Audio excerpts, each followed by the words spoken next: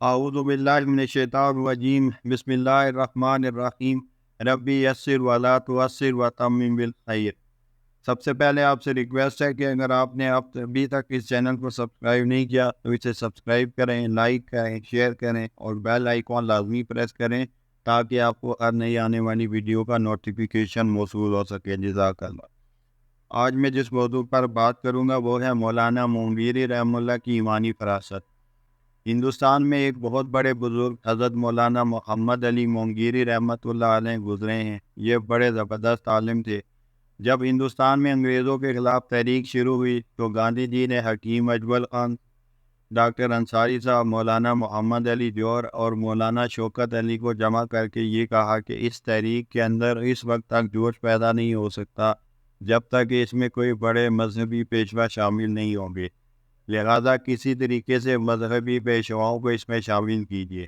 طے یہ ہوا کہ ایک دن گاندھی جی کے ساتھ ایک ڈیپوٹیشن مولانا محمد علی مونگیری کے پاس جائے۔ چنانچہ سب کے سب مل کر گاندھی جی کے ساتھ مولانا محمد علی مونگیری کے پاس گئے اور گاندھی جی نے مولانا سے کہا کہ مولانا، میں نے پیغمبر اسلام کی زندگی کا مطالعہ کیا، ان کی زندگی سے بہتر کسی کی زندگی کو میں نے نہیں پایا۔ ان کی زندگی سب سے اعلیٰ اور سب سے اونچی زندگی تھی، اور میں نے قرآن کا بھی مطالعہ کیا ہے۔ میں نے اس کتاب کو سب سے اعلیٰ اور مقدس ترین کتاب پایا، چنانچہ میں نے اس کا کچھ حصہ اپنی دعا میں بھی شامل کر لیا ہے۔ اس کے علاوہ اور بہت سی تعریفیں کی۔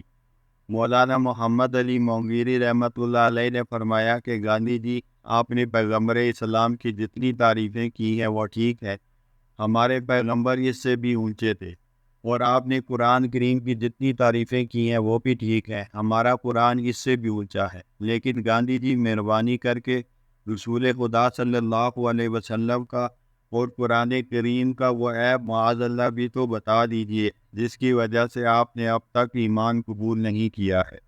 جب قرآن کریم آپ کو ساری دنیا کی کتابوں میں سب سے بہتر کتاب معلوم ہوتی ہے، پیغمبر اسلام صلی اللہ علیہ وسلم اور ان کی زندگی آپ کو سب سے بہتر زندگی معلوم ہوتی ہے، تو پھر آپ کو وہ کون سا عیب ان کے اندر نظر آیا جس کی وجہ سے اب تک آپ ایمان نہیں لائے ہیں؟ اب گاندھی جی بغلیں جھانکنے لگے، ان سے کوئی جواب نہیں بن پڑا۔ مولانا نے فرمایا کہ جب کوئی شکاری شکار کرنے کے لیے نکلتا ہے تو شکار گاہ میں جا کر جانوروں کی بولی بولتا ہے تاکہ جانور جال میں پھنس جائے۔